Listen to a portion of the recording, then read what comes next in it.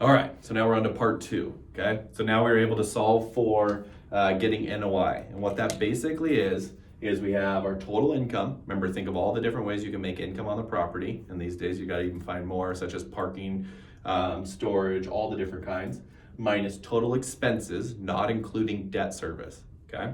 Debt service would be your principal and interest payments to your mortgage holder, all right?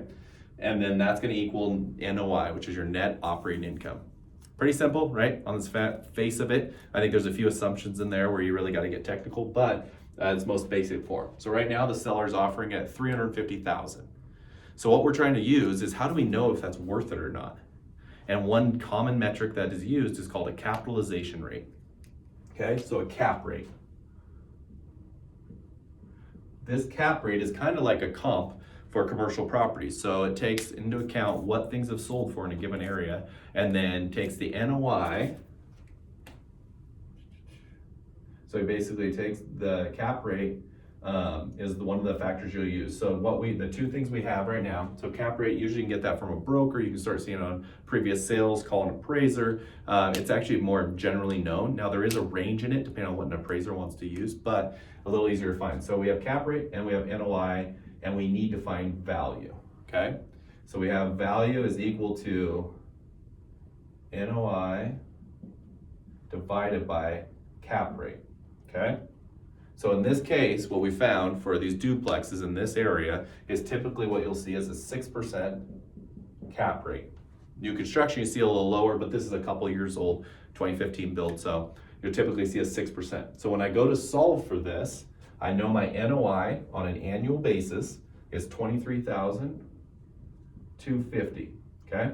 So now I divide 23,250 by 6%, and that equals a value of 392,000, okay? So because I get this in net dollars, I can use NOI, divide it by the current cap rate in the area just to make sure we're close on price, and it shows that I can pay up to $392,000 and still make this make sense at a 6% cap rate, okay? Because there's leverage, 6% doesn't mean it's your return rate, all right? It's just your cap rate. We're gonna solve for cash on cash in a second. This is just the cap rate that we're applying, and it shows you have a value of $392,000. So if I close today at $350, based on a 6% cap rate, I already have within that $42,000 of equity built in. Look at that, it's like free money, right?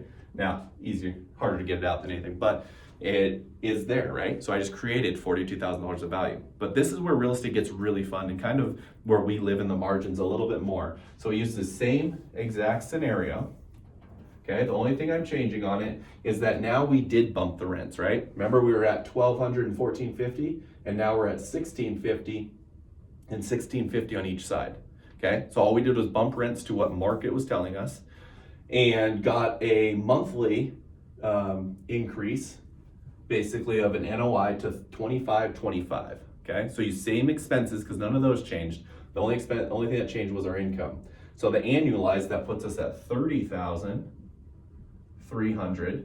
Okay, divide that by the same cap rate and it gives us $505,000 in value.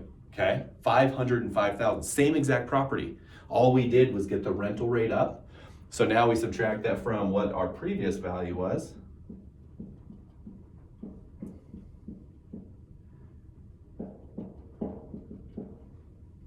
We had a $103,000 gain in value. So now you're looking to find 25% down. Well, this is how you could get a big chunk of that when you get the value at the end, right? So this is where you see a lot of people could create money, is they take an undervalued property and inject value through metrics like this. Again, most basic forms. And again, these aren't exact, but you start seeing some consistency and patterns within them, okay? So this is where you're talking to your client, or you are the client. You're saying, okay, at $350, but I have the potential to move that number to $505. Is that a good deal? Would you do that today in this market? I probably would, because that's where I know I can deploy my money into something with a likely chance of bumping this, right? And right now what we're seeing, I could see rents freezing a little bit, but you've been seeing almost double-digit growth the last 4 or 5 years because they were so far undervalued in the Spokane market, okay? So that's how we determine value. That's how I determine opportunity as well, really diving in to figure that out. So I erased it there, but I'll rewrite that again. And value equals, NOI divided by cap rate, okay? Simplest form, right? Now, I don't know how far I made it into algebra, but you can actually spin those, and if I'm solving for NOI or I'm solving for what the cap rate on a property was, you can switch those up depending on purchase price, et cetera, to make that work. But what you'll find is the more you can grow that NOI, the higher your value will be, okay? The higher the cap rate goes, the lower your value will be. You'll see how these all kind of work directly and indirectly to produce value. Well, that's great, but at the end of the day, that's just on paper in a building you own. So what does that look like in the form of what do I put in my pocket at the end of the day, okay? So we know performance, we're gonna keep those there. Right now, what we have is we know that every month our net operating income is $1960, okay? What did I leave out of the equation? Debt service. So unless you paid cash for this, you're paying debt somewhere to get this thing done, all right? And on a building like this, remember, you're only covering principal and interest. If you have a home mortgage, they're escrowing taxes and insurance already for you. That's why the payment will seem higher. But what we're looking for here is principal and interest. And with rates kind of at historical lows, it's a great time to take advantage of all of those parts, okay? So then what we do is we go, okay, so we're at a $350,000 purchase. On this, we're probably gonna have to put 25% down, or 20% easier math. So we need to put $70,000 down as a down payment. That leaves us a $280,000 mortgage. Okay, down payment, mortgage, okay? So these are the numbers we're working with. Remember I said nobody cares about owning a building? You don't. All you care about is the fact you just put $70,000 of your hard-earned dollars down on this duplex that better produce something, or is it even worth it, right? So then we go through here, 70,000 is the number we work with. So we figure you're right about $960 a month in a mortgage, okay? So now we subtract the mortgage because you're just principal and interest. Don't quote me on the rate, of course it's more than 960, but just makes for easier math.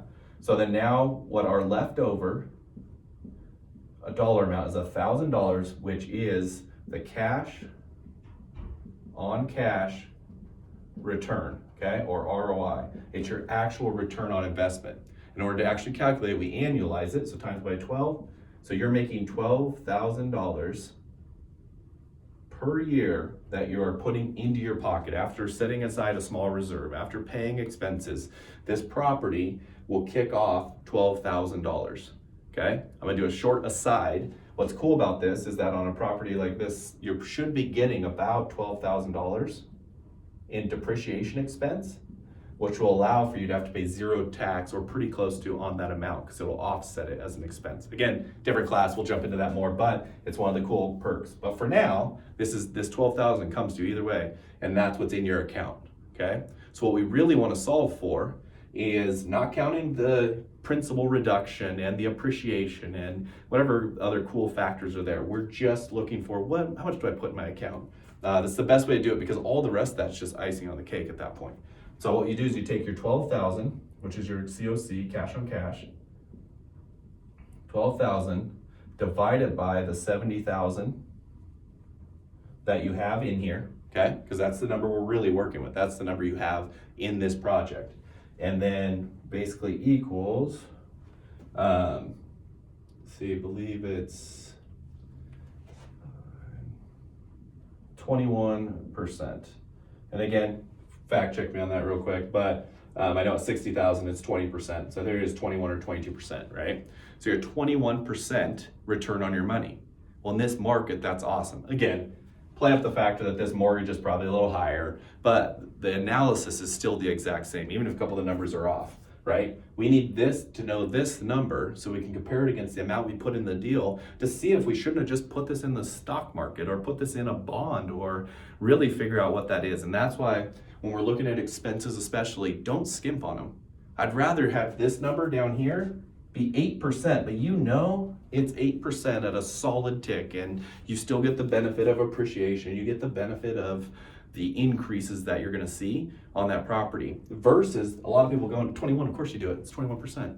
Well, did we account for everything? So that's when we do this whole thing comes all the way back. And if you ever do a deal with me or ever have a deal, you'll know my favorite / worst part is called the stress test, right?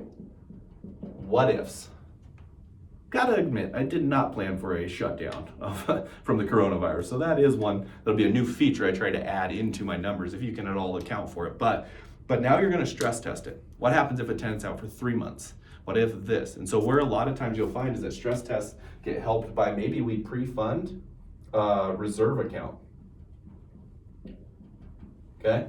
Maybe that's what it takes. So we have 6 months of expenses. So instead of the 350 purchase, we plan on 360 and 10,000 goes in that reserve account, right? So every time we look at this is the parts we want to capitalize on. And what you realize with real estate, it's one of the awesome tools because you can force that value. You can find a deal and turn it into something that should have been worth $392 as is, couple tweaks, maybe some subway tile, who even knows, maybe no work at all, and now move it to market rents where you just added $100,000 of value, okay?